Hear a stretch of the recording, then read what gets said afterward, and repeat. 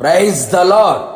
ఆల్ఫాయు ఒమేగయు వర్తమాన భూత భవిష్యత్ కాలములో ఉండువాడు అయిన యేసుక్రీస్తు శుభనామములో మీకు అన్ని విషయములలో మేలు కలుగునుగాక.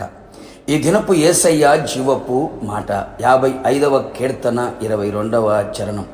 నీ భారము యెహోవా మీద మోపుము, ఆయనే నిన్ను ఆదుకొనును.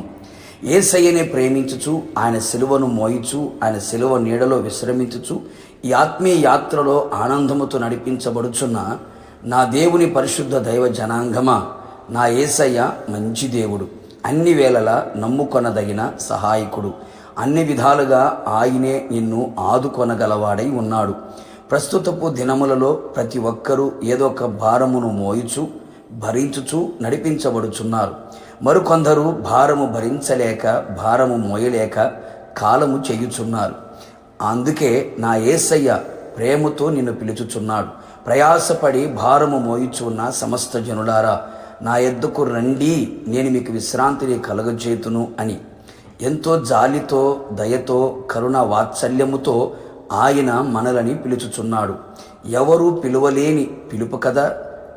ఎలాంటి భారములతో నీ హృదయము, నీ మనస్సు నిండిపోయినయో, ఎవరికి చెప్పుకోలేని మూగ వేదన, మూగ రోదనతో నడిపిస్తున్నావో, నా ప్రియ దైవ జనాంగమా, కుటుంబ భారమా, ఆర్థిక భారమా, పిల్లల భారమా, పనుల భారమా, మానసికంగా శారీరకంగా కృంగదీయుచున్న ఎలాంటి భారముతో నిండి ఉన్నావా, యేసు మీద నీ భారము మోపము, ఆయనే నిన్ను ఆదుకొనును. నిన్ను ధైర్యపరిచి, బలపరిచి, అన్ని విధాలుగా ఆదరించి, ఉద్ధరించి నడిపించును. నీ భారమును తొలగించును. ఎవడును నీ భారమును మోయలేడు, భరించలేడు అనే సంగతి గుర్తించి నీ పనుల భారము యెహోవా మీద ఉంచుము. అప్పుడు నీ ఉద్దేశములన్నీ సఫలమగును. అవును ప్రియులారా, నీ భారము ఆయనకు అప్పగించి ఆయనను నమ్ముకొనుము. ఆయనే నీ కార్యము నెరవేర్చును. ఆయన మిమ్మును గూర్చి చింతించుచున్నాడు. మీ చింత యావత్తు ఆయన మీద వేయుడి. ఆయనే సమస్తమును చూచుకొనును. తగిన కాలమందు నీ ఎడల ఆయన తన కార్యములు ఆరంభించును. కావున నా దేవుని ప్రియులారా, ఆయన సన్నిధిలో మోకరించెదము, ఆయన మీద ఆధారపడేదము, ఆయననే నమ్ముకొనేదము, ఆయన యందు విశ్వాసముతో ఆయన వైపు చూచెదము. ఆయన మన యజమానుడు గనుక ఆయనను వేడుకొనేదము. నిశ్చయముగా నా యేసునాథుడు నీ స్థితిగతులన్నిటినీ మార్చివేయగలిగిన వాడు. నీ భారమంతయు తొలగించి, విడిపించి నెమ్మది, సంతోషము, సమాధానము, ఆశీర్వాదము, ఆనందము, ఆత్మాభివృద్ధి అనుగ్రహించును. నిశ్చయముగా మనమందరం ప్రభు రాకడ కొరకు ఎదురు చూచుచు ఆయనతో యుగయుగములు నిలిచి ఉండేదము. ప్రార్థన.